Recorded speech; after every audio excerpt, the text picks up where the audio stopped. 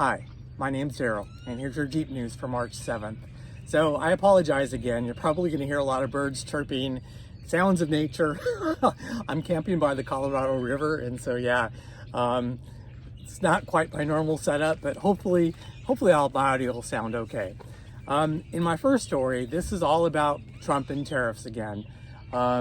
So Trump did announce that he was going to be enacting tariffs a couple days ago on Tuesday, and then the big automakers had a meeting with him, a telephone call, I think, just expressing some of the problems that they were going to have and the disruptions that these tariffs were going to cause.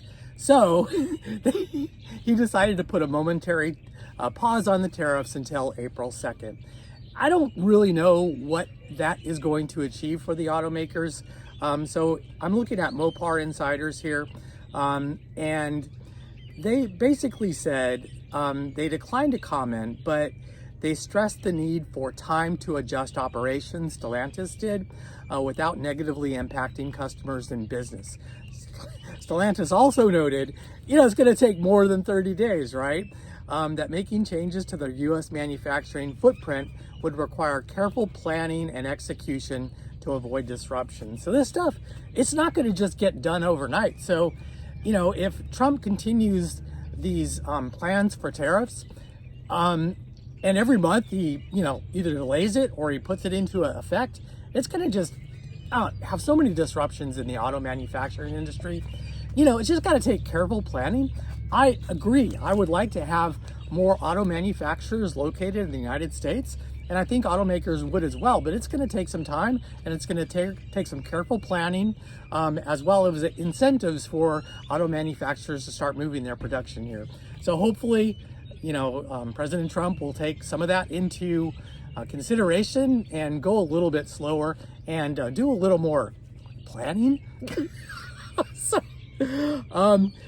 One quote that I want to put out for Mopar insiders is they said, as the industry looks ahead to the April 2nd deadline, automakers continue to advocate for clear and consistent policies on tariffs and environmental regulations to maintain growth and stability.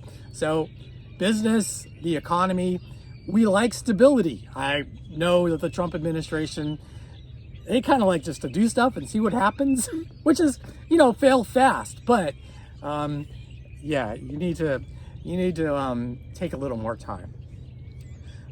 In my next story, and this is very similar, it talks about the tariffs up ahead and really some of the impacts that it's going to have. So there are going to be reciprocal tariffs. So any company that tariffs us, we're going to reciprocate, and that's just fine. But certain countries have very limited tariffs into the United States. For instance, Japan has a 0% tariff. I think the European Union has 10%. And I think South Korea has, I don't think they have a tariff. And so if we do enact on our neighbors a 25% tariff, other manufacturers in other countries, so the EU, South Korea, Japan, they're actually going to have a competitive advantage between the United States auto manufacturers. And so, I don't think that's really what they're going for. Even Stellantis is saying here, these tariffs will put Stellantis at a disadvantage versus Korean, Japanese, and European importers, which are not facing similar tariffs at this time. And so I don't really think we want to disadvantage the North American auto manufacturers. And so, hopefully there gets to be some consistent and clear policies in regards to this. The other thing, Stellantis is pledging to do more manufacturing in the United States. And so, when they put the tariffs on hold, of course, stocks jumped. Of course, stocks have been tanking over the last couple of days just because of all these threats of tariffs and what it's going to do to our economy and inflation. And Stellantis, however, did say, Stellantis thanked Trump for the tariff pause and pledged to help the U.S. President's America First aim of building more cars in the United States. We share the President's objective to build more American cars and create long-lasting American jobs. We look forward to working with his team. And so I think it's one of these things where, you just have to work with the auto manufacturers, come up with some incentives, come up with some clear objectives and timelines in starting to move the production to the United States. It takes plan. You can't just build a plant overnight, right? So take some planning into consideration, put some timelines in place for these things to happen, and I think they can do it, but it's going to take some time. Now, one of the other things I want to talk about is the Stellantis manufacturing that takes place in Canada and Mexico. So I created this little graphic showing the manufacturing that's done in Canada. So currently, the Pacific is probably the one big product that Chrysler makes in Canada. Also, the new Dodge Daytona, the EV version, is also made in Canada. I'm not sure about the six-pack that's going to be coming this summer, the straight six cylinder Daytona. I would imagine that's going to be built in Canada as well, but I'm not positive. But Mexico is where Stellantis creates a lot of their products. And so all of the heavy duty trucks, the Ram 2500, 3500, etc., the Jeep Compass, the Jeep Wagoneer, and also the new Jeep Wagoneer S EV and the Jeep Recon EV. So we've got a tremendous amount of product, Stellantis does, and Jeep in both Mexico and Canada. So, like I said, this is just going to take a little bit of time. Now, you might be saying to yourself, well, I don't really care about the EV products. Maybe I just care about the Jeep Gladiator and the Jeep Wrangler, and these other products I don't give a crap about. Well, it kind of depends on, if these tariffs do happen, how Stellantis is going to choose to enact these tariffs. So they could, by vehicle, say, well, this particular vehicle is going to have a 25% tariff, so it's going to go up in $7,000, $8,000. It's more likely that they're going to spread that around. So they're going to probably look at their entire manufacturing, and let's say they have to pay overall 3 or 4% more for the to manufacture and to import their vehicles, and they're probably going to pass that along to each vehicle. So it's likely to affect everybody, not just those that buy their vehicles that are made outside the United States. In my next news story, let's talk a little bit about Stellantis and pricing. So I had, a month and a half ago, I talked about perhaps Jeep dropping their prices of 25%, dropping their MSRP. And I don't think that's going to happen. I think that was really bad information there, and I'm sorry about that. But what has actually happened is a lot of dealers have been cutting prices. So cutting, not the MSRP, but cutting the prices consumers actually have to pay. And so there's this article out of Fortune magazine, and there's this Copilot. They have this artificial intelligent agent that helps shoppers kind of track dealership pricing. And so they have determined, based on the actual price that customers have paid, that the cost of Ram vehicles, Ram trucks, have fallen to 9% in the last 12 months.